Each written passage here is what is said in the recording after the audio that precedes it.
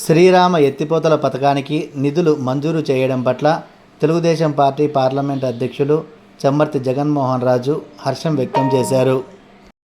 ఆయన ఆదివారం తెలుగుదేశం పార్టీ నాయకులతో కలిసి కుడములూరు వద్ద ఎత్తిపోతల పథకాన్ని పరిశీలించారు. గత పాలకుల నిర్లక్ష్యం వల్ల ఒంటిమిట్ట మండలంలోని గ్రామాలలో కరువు ఏర్పడిందని, కోదండ రామాలయం వద్ద నీటి వసతి కూడా లేకుండా పోయిందని అన్నారు. రాష్ట్ర అధికార రామాలయంగా గుర్తింపబడిన తర్వాత ఒంటిమిట్టకు వచ్చేటటువంటి భక్తులకు కానీ చుట్టుపక్కల గ్రామాలకు తాగునీటికి ఇబ్బంది లేకుండా చేయాలన్నటువంటి ఒక ముఖ్య సంకల్పంతో నాడు ముఖ్యమంత్రి నారా చంద్రబాబు నాయుడు గారు శ్రీరామ ఎత్తిపోతల పథకాన్ని ప్రారంభించి ఒంటిమిట్ట చెరువుకు సంవత్సరం పొడుగునా నీరు ఉండేలా ఆ స్కీమ్ని రూపొందించడం జరిగింది.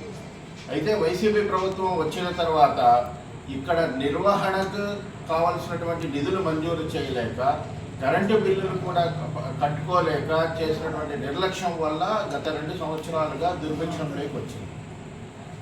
సరే, ఇవాళ తెలుగుదేశం ప్రభుత్వం ఏర్పడేటప్పటికీ అక్కడ బ్యాక్ వాటర్ సోర్స్ దగ్గర నీళ్లు లేవు. నీళ్లు ఉన్న సమయంలో కనుక దాన్ని ఎత్తిపోతలు వేసుంటే కనుక ఈ పాటికి చెరువు నుండి ఇబ్బందులు వచ్చేవి కావు. కానీ ఈ సమ్మర్లో 1 నెల అక్కడ సోర్స్ దగ్గర నీళ్లు ఉండవు. దాంతో ఇవాళ ఎటువంటి పరిస్థితి వచ్చిందంటే కనుక దాదాపు 15 గ్రామాల్లో గ్రౌండ్ వాటర్ లేక బోర్లు ఇబ్బంది పడేటటువంటి పరిస్థితి. అంతేకాకుండా సాక్షాత్తు రామాలయాన్ని సందర్శించేటటువంటి భక్తులకి మలమూత్రాలకు కూడా నీళ్లు కొనుక్కునేటటువంటి పరిస్థితి ఏర్పడినటువంటి ఈ సందర్భంలో ఈ సమస్యని కొత్తగా వచ్చినటువంటి కలెక్టర్ గారికి మేము నివేదించడం జరిగింది.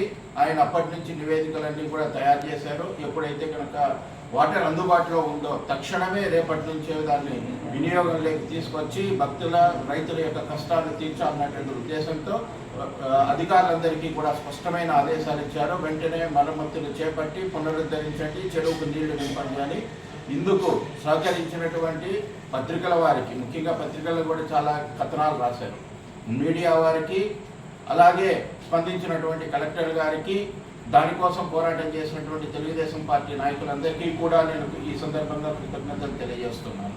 అదేవిధంగా ఇటువంటి నిర్వహణ లోపాలు ఉండి ఇటువంటి ఇబ్బంది లేకుండా దీనికి శాశ్వతమైనటువంటి పరిష్కారం తీసుకొచ్చే విధంగా త్వరలో మేము మా ముఖ్యమంత్రి నారా చంద్రబాబు నాయుడు గారికి, మా యువ నాయకుడు గౌరవనీయులు లోకేష్ బాబు గారికి వెళ్ళి ఎక్కడ కూడా నిర్వహణ లోపాలు, తర్వాత నిర్వహణ నిధులకు ఇబ్బంది లేకుండా ఇక్కడ అటు భక్తులకు కానీ ఇటు రైతులకు కానీ శాశ్వతంగా ఆ పథకం యొక్క లక్ష్యం ఉద్దేశం నెరవేరేలా చేసే విధంగా శాశ్వత పరిష్కారం తీసుకునేటువంటి చర్యలకి మేము ఉపక్రమిస్తామని, అందుకోసం త్వరలో మా అధినాయకులను కలిసి దీనికి శాశ్వత పరిష్కారం తీసుకొస్తానని తెలుగుదేశం పార్టీ తరఫున తెలియజేస్తున్నాం.